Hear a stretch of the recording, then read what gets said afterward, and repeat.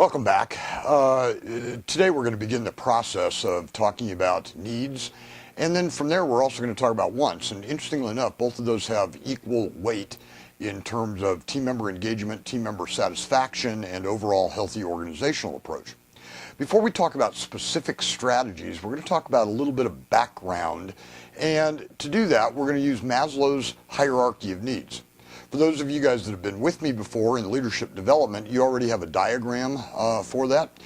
You already know how we match certain leadership behaviors to that hierarchy. You also probably have noted my affinity for a couple of corollaries to that, including John Lennon's corollary to Maslow that all you need is love, and the other one that is the frequent traveler corollary, and that is Wi-Fi trumps all other needs. But anyway. In 1943, Abraham Maslow published what was going to be and what became some groundbreaking work on a needs of individual and people and motivations of people, and it became known as Maslow's hierarchy or Maslow's pyramid. Most folks are familiar with it in some forms. It's a 5-level pyramid. Later, Maslow published 3 additional levels associated with it. Now, those weren't as highly validated, and they don't have really a lot of impact to what we're working on in team member engagement. Now, a little bit of a tour of Maslow's hierarchy. The baseline level of Maslow's hierarchy is physiological needs. That includes housing and clothes and food and a couple of other things I won't mention for a family publication. But that's kind of the baseline need that everybody has. It motivates us to survive in many cases. Next level up is the need for safety and security. And in Maslow's time, and we'll contrast this at one other point, but in Maslow's time that was really related to physical security. I mean, was it safe? Was it free from fire and accident and things like that? And again, we'll contrast that in a little while.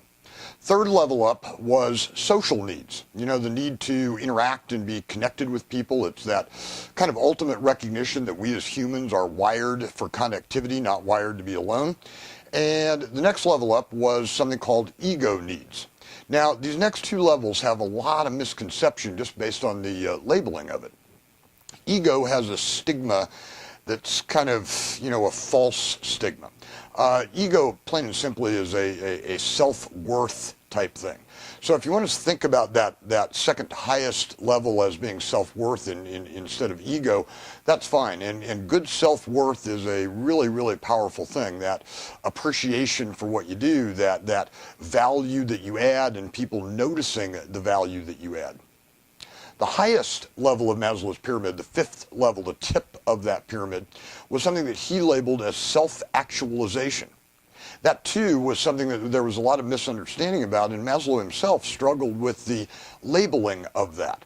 Self-actualization, in a nutshell, is, are you what you want to be? Are you on the path to what you want to be?